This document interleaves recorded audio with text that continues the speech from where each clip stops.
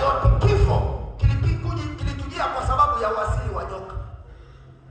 Magonjwa yalitujia kwa sababu ya uasili wa nyoka. Nieleze kitu. Pamoja na kwamba tayari Adamu, sikiliza vizuri, amemkosea Mungu na amekwenda kinyume na maagizo ya Mungu, bado Mungu alimpa maisha ya kuishi yaliyo kama na umilele hapa duniani.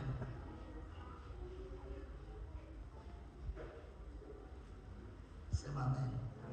Alimpa maisha kama yaliyo na umilele hapa duniani. Akiwa anaishi miaka nafikiri 100. Hebu sema 100. Sasa hivi mtu akifikia miaka 100 anaambiwa amepiga kweli eti. Na kama ukoboka ukifikia miaka 100, maana yake ni laana. Yaani wewe ukifikia miaka 100 usisifu babu yako kwamba amefikia miaka 100, ni laana. Sema amina. Kulingana na maandiko matakatifu. Kwa hiyo bado Mungu alimpa uwezo wa kuishi, kwa sababu ndani mwake bado vilibaki chembechembe zile za kimungu. Upande huu ndio umeharibiwa moja kwa moja, lakini upande huu, naomba unisikilize, uniangalie, itakusaidia. Upande huu wa damu wa mtu huu udongo ndio ulioathiriwa sana, lakini upande huu wa kimungu haukuathiriwa sana. Ndio maana huyu mwanadamu anaishi miaka 900. Kwa mtu anaelewa ninachosema? Kwa hiyo hata tukasema sisi ni wazuri zaidi, tuna uwepo wa Mungu zaidi, ni kwa ajili ya mambo ya kiroho, lakini si kwa ajili ya mambo ya kimaisha. Maana Biblia inasema angegusa ule mti mwingine wa uzima, angeishi milele. Sasa anaishi milele, maana yake Mungu ndiye wa milele. Unaona kazi hiyo Mungu alivyofanya, tulisoma. Angeishi nini? Milele. Mungu ndiye pekee yake anatakiwa awe wa nini? Wa milele. Amina. Okay, ngoja nikuonyeshe kitu. Asubuhi nani hii ulikisema kidogo. Ngoja nikuonyeshe kitu. Sijui nitakipata. Katika Injili ya Yohana.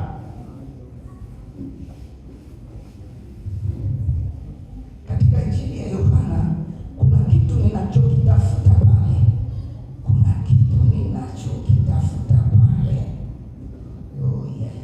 Nitakipata.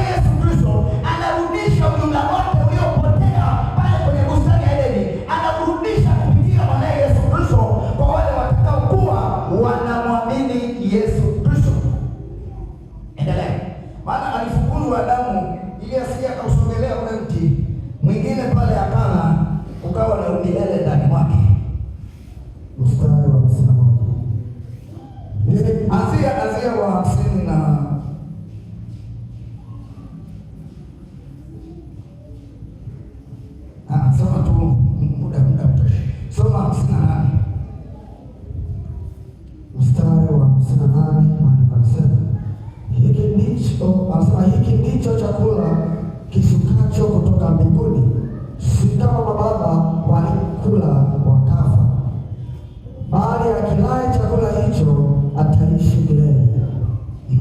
Mstari wa 39. Maneno hayo aliyasema katika sinagogi alipokuwa akifundisha huko Kapernaumu, ili kila anayekula huu mwili aishi milele.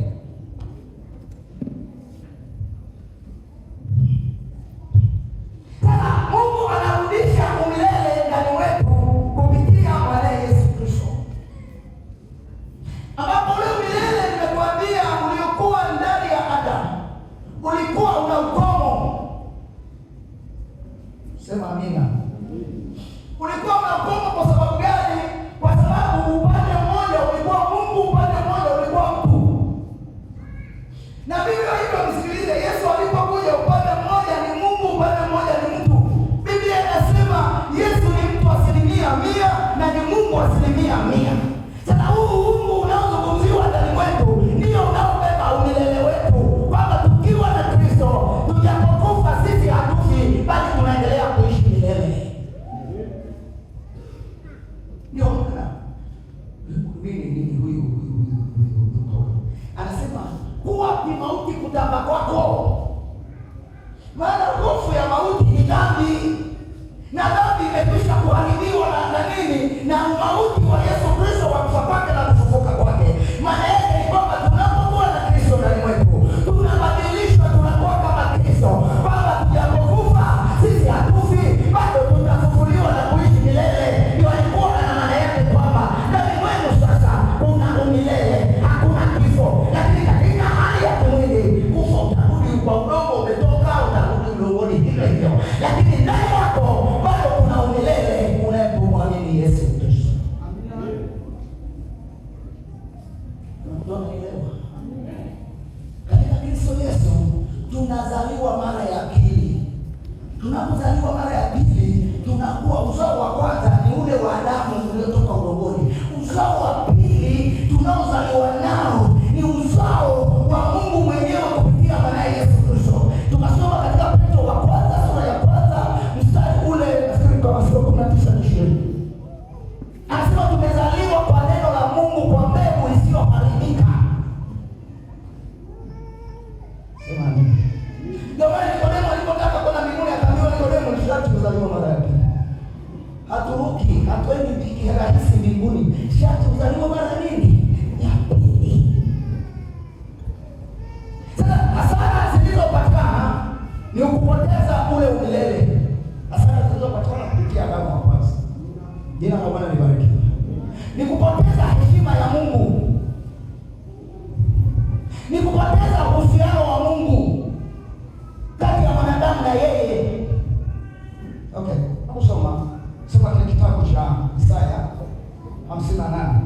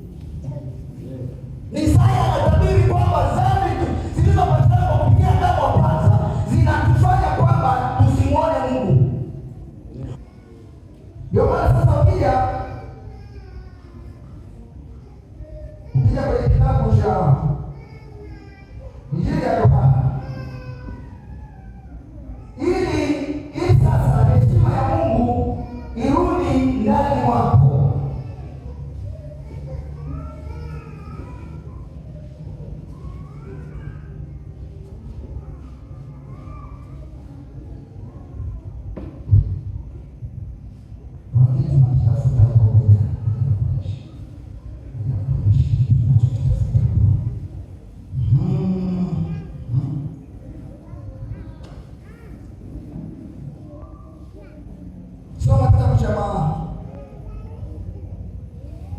Yohana 14, kupitia sasa Yesu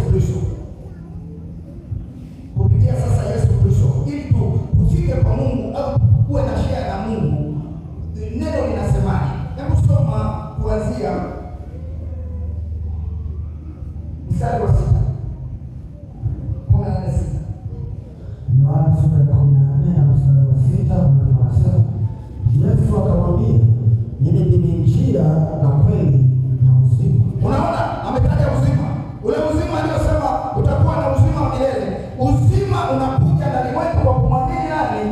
Yesu Kristo, ambaye yeye ndiye njia sasa ya kutufikisha kwa Baba. Maana dhambi zetu zimetufananisha na Mungu, na wala Mungu hataki kufikia, na maovu yetu yanauficha uso wa Mungu. Kwa hiyo dini yoyote, dhehebu lolote, ukuu wowote usiotambua ukuu wa Yesu Kristo, hakuna kufika kwa Mungu. Endelea.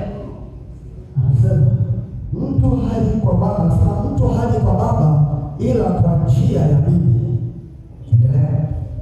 Kama mngalinijua mimi, mngalimjua na Baba. Kama mngelinijua mimi, mngelimjua na Baba. Endelea. Tangu sasa mnamjua, tena mmemwona. Endelea. Filipo akamwambia, Bwana, utuonyeshe Baba, yatutosha. Yesu akamwambia, mimi nimekuwa pamoja nanyi siku hizi zote, wewe usinijue Filipo? Aliniona mimi, amemwona Baba. Basi wewe wasemaje, utuonyeshe Baba? Aliyeniona mimi amemwona nani? Baba. Kama mimi ndani wangu nina umilele, na nyinyi ndani wenu lazima kuwe na umilele. Yesu aliposema mimi ndio kwa uzima wa milele, wa kujua Mungu wa kweli na Yesu Kristo, huo ndio uzima wa milele katika dini maisha yetu. Ya Yesu hakufa. Nauliza, Yesu alikufa hakufa?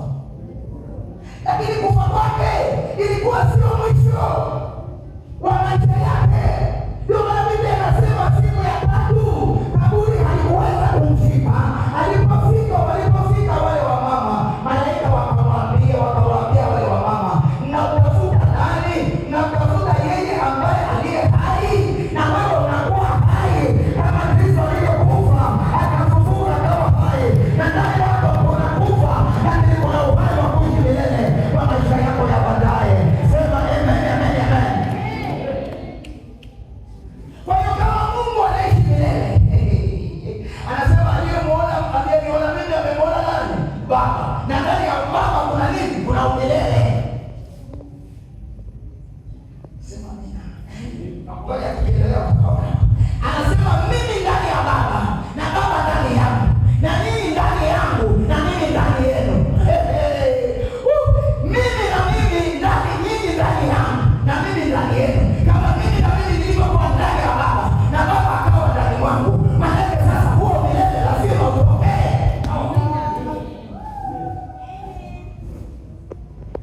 Sema amina. Sio milele katika mwili huu, sio milele katika mwili huu, ni umilele katika mwili wa ufufuo. Maana kutakuwa hakuna kufa tena, kutakuwa hakuna adhabu tena ya kuhukumiwa kwenda kwenye nini? Kwenye mateso ya milele. Kuna umilele ulio wa furaha. Kama Kristo alivyokufa na kufufuka, ndivyo na sisi kufa tutakufa, lakini tukifa katika Kristo Yesu tutafufuka na Kristo Yesu, na tutaishi milele pamoja na Kristo Yesu. Sema amina. Hizo ndio hasara Adamu alizotuletea, sasa zinarudishwa na Adamu wa pili. Sema amina. Kwa sababu hata ukiishi miaka mingi, sikilize, hata ukapewa kuishi miaka 100, Biblia inasema ni miaka ya taabu, miaka ya masumbufu. Kwa hiyo mtu wake asiishi miaka mingi, akaishi miaka ya taabu na masumbufu, unakufa kwenye 80, 70, ikifika 100 umegonga sana. Tulia sasa, kufa katika Kristo Yesu. Ndio maana katika kile kitabu cha Ufunuo nafikiri 13,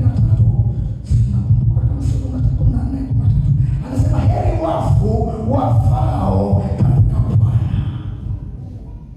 Heri wafu wafao katika nini? Bwana. Hebu nisomee hilo neno. Ufunuo. Kwa hiyo kwamba sasa Yesu anakuja kubadilisha mifumo yote ya shetani aliyoitengeneza juu ya maisha ya mwanadamu. Anabadilisha mifumo yote. So, mwanzo ilikuwa kufa, lakini mwisho wa kitabu hiki ni ufufuko katika Kristo Yesu. Ni ufufuko katika Kristo Yesu. Amina, amina. Ni 14 mstari wa 13. Someni 14 mstari wa 13. Nikasikia sauti kutoka mbinguni ikisema, andika, heri wafu wafao katika Bwana tangu sasa. Hebu sema tangu sasa. Tangu sasa. Asubuhi tumefundishwa sasa. Heri wafu wafao katika Bwana tangu sasa. Naam, asema Roho, wapate kupumzika baada ya taabu zao, kwa kuwa matendo yao yafuatana nao. Wapate kupumzika katika taabu zao. Kwa hiyo unapewa miaka midogo ili uepukane na hizi taabu unazozipitia.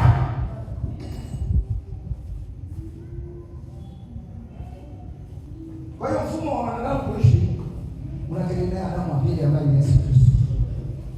Mfumo wa kuishi mazingira mazuri na Mungu unategemea sasa mazingira yako na Yesu yakoje. Sema amina. Nilikuwa sijamalizana na kile ambacho nilichokuwa nakitaka katika kile kitabu cha Yohana. Kile kitabu cha Yohana ambacho sasa ukitaka uwe na mawasiliano na Mungu hutayapata nje ya Yesu Kristo. Hutayapata nje ya Yesu Kristo. Oh, haleluya, haleluya. Hutayapata nje ya Yesu Kristo. Nenda 14 ile.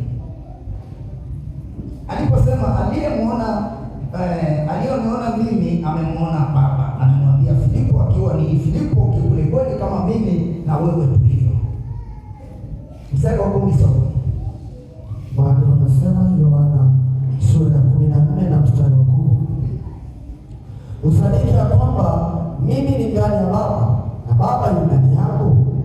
Hayo maneno niwaambiayo mimi siyasemi kwa shauri langu, lakini Baba akaaye ndani yangu huzifanya kazi zake. Endelea. Mnisadiki ya kwamba mimi ni ndani ya Baba na Baba yu ndani yangu? La, hamsadiki hivyo. Sadikini kwa sababu ya kazi zenyewe. Endelea. Amin, amin nawaambieni, yeye aniaminie mimi, kazi nizifanyazo mimi yeye naye atazifanya, na kubwa kuliko hizo atafanya, kwa kuwa mimi naenda kwa Baba. Sura ya 13 ndio nilikuwa nataka zaidi. Nanyi mkiomba lolote kwa jina langu, hilo nitalifanya, ili Baba atukuzwe ndani ya Mwana. Mkiniomba neno lolote kwa jina langu nitalifanya. Unaona sasa kazi hiyo anavyojidhibitishia Mungu wake. Pale ndio anajifunua. Sema amina. Pale ndio anajifunua. Kama unataka mahali Yesu alipohakikishia ulimwengu ni katika sura hiyo. Amen. Kwamba mimi nikiwa hapa duniani ni Baba aliyoko hapa duniani. Ni Mungu aliyoko hapa duniani. Amesema mkimwomba Baba kwa jina langu atawapa. Akaona hapana, hao watu hawajaelewa. Hata sasa na wewe hujaelewa lolote. Akasema sasa tunaofuata, mkiniomba kwa jina langu mimi nawapa chochote mnachoomba. Je, ni Mungu sio Mungu huyu? Unajua kuelewa kwa watu, Yesu alipata shida sana katika kufundisha. Yesu alipata shida. Alijua wanafunzi hawajamuelewa chochote. Ndipo kumstakia mstari wa mwisho pale. Alijua kwamba baba watafikiri kumbe Yesu sio baba. Kwa hiyo tukamwomba baba mwingine akaniwadhihirishia kwamba mimi ndiye akiomba kwa jina langu. Mstari wa 14. Mkiniomba neno lolote kwa jina langu nitalifanya. Jina la Mungu anaitwa nani?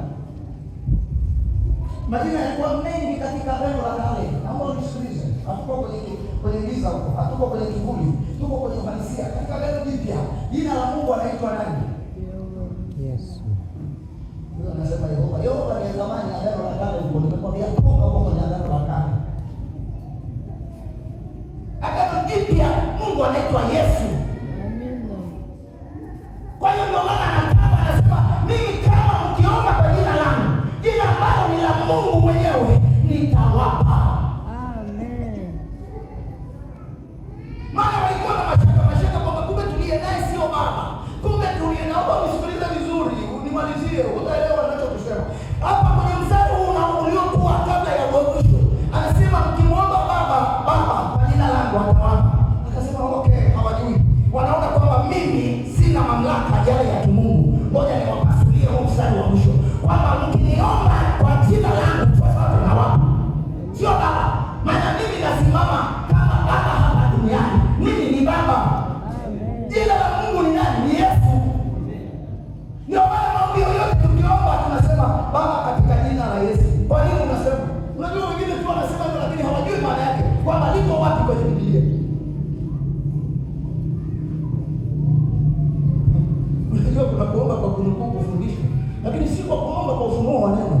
Liko wapi? Watu wanasema baba katika jina la Yesu. Baba katika jina la Yesu. Ndio kichwa kwenye huo mstari sasa. Sema amen. Mkiomba lolote kwa jina langu. Ndio maana huwezi kuomba chochote bila kutaja jina la Yesu. Maana unapolitaja jina la Yesu, umetaja jina la Mungu. Amina. Wewe ndio kwa Waislamu utakaopigwa miguu ukisema Mungu Yesu. Unajua wewe kitu. Hiyo ni hasara kubwa shetani kupitia nyoka aliyotuletea kwenye maisha yetu. Kwanza kufuatana na Mungu. Na dhambi zetu kuficha uso wa Mungu. Lakini kupitia Yesu Kristo anakuwa ni njia, anaipasua njia sasa ya kumfikia Mungu. Mungu ambaye ukifikia Yesu umemfikia Mungu. Yeye ukifika kwa Yesu umefika kwa Mungu. Sema amen. Sasa kikubwa alichokipoteza mwanadamu. Ili nimalize mapema maana hii message yangu ni ndefu. Alichokipoteza mwanadamu ni akili. Ni akili. Andika akili. Alichokipoteza sana mwanadamu kwenye maisha yake katika ule mfumo wa nyoka ni akili. Sema akili. Akili. Ni wale unakuta kitu nimesoma. Unajua ngoja nikueleze kitu. Kama mfumo wa Mungu shetani asingepoteza pale kati ya Mungu na mwanadamu, kulikuwa hakuna shule. Sema amen. Amen. Kulikuwa hakuna nini? Shule sio shida.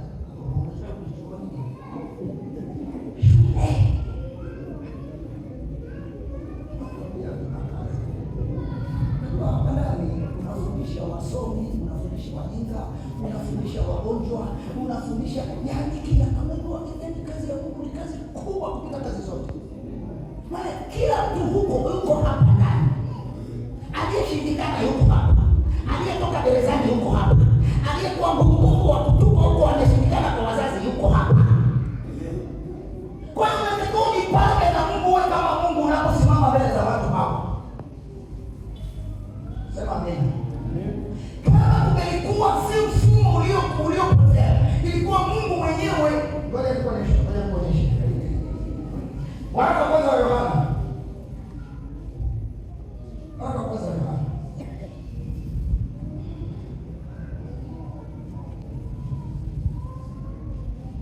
Alisema asubuhi. Waraka kwanza wa Yohana. Nafikiri ni sura mwenye hekima asisifu kwa ajili ya hekima yake. Anasema mwenye hekima asisifu kwa sababu ya hekima yake. Sawa, hiyo tumeimaliza. Wala mwenye nguvu asisifu kwa sababu ya nguvu zake. Sawa. Kama na nguvu usisifu kwa sababu ya nguvu zake. Endelea ni la pili hiyo. Wala tajiri asisifu kwa sababu ya utajiri wake. Anaonyesha huyu nabii. Ila tatu mstari wa 24. Bali ajisifuye na ajisifu kwa sababu hii ya kwamba